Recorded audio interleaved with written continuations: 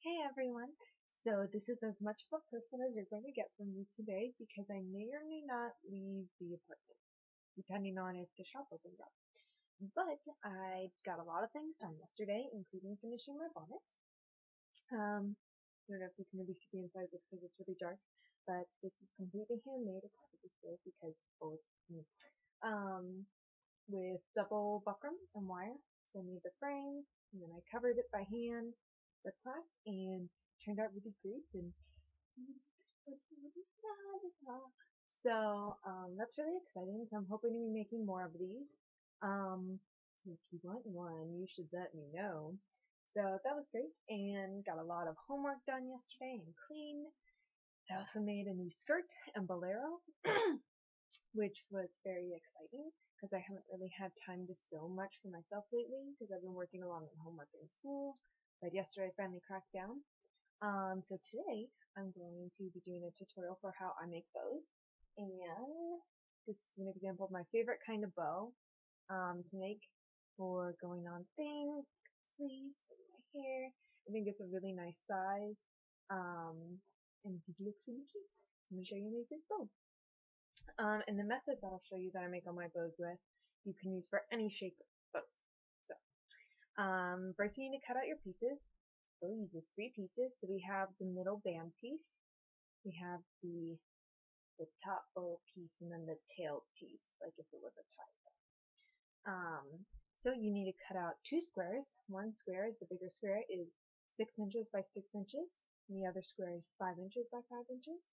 And then you need to cut out a rectangle piece that is 3 inches wide and at least 3 inches long. It doesn't really matter because we're just going to cut away the excess when we finish this off. So there's that. And then what you're going to do is you're going to take your squares and you're going to fold them in half. Doesn't matter which way because it's a square. And you're going to stitch it with 1/2 inch seam allowance, and what you're going to do is you're going to backstitch at the end and then go until you get like around the middle, like here, and then backstitch again and skip a space, and then backstitch and go and backstitch. And this will leave a little hole for which us to pull it through later. So you're going to do that with both of your squares.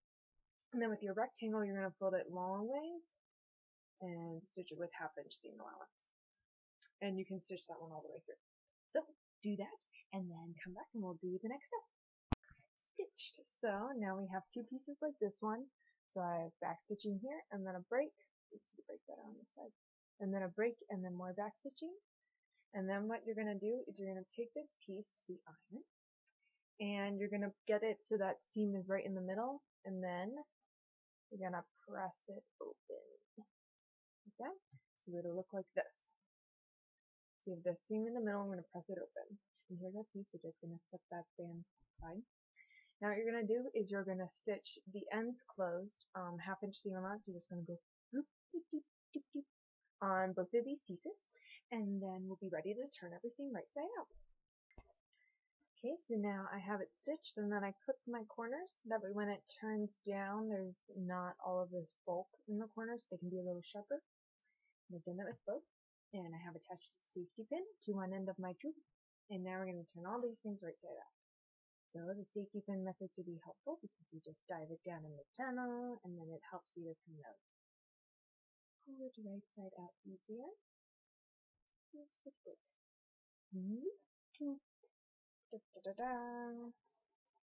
And then we'll press that, and then with our lower pieces, this will kind of small.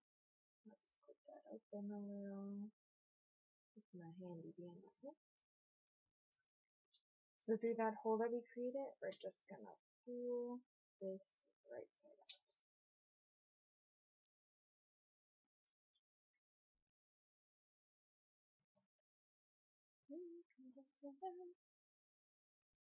And if you want to see any of the pictures for the skirt and the bolero that go with this bow I'm making, they're all on my blog. I'm a princess blog.wordpress.com. There's a link somewhere. And I also have like photo tutorials, which I'll put up also of making these bows, but I forgot to take pictures of this first part, so we got this. And you want to just kind of get the corners really sharp or sharp as you can. And then one piece. We're going to do that with the other piece, and then we'll make it into a ball. Okay, so now we have all of our 3 pieces turned and pressed flat. Press them nice and flat and crisp. And now we're going to arrange these 2 pieces together, and how I do it is I put them like this. So the smaller piece is about halfway,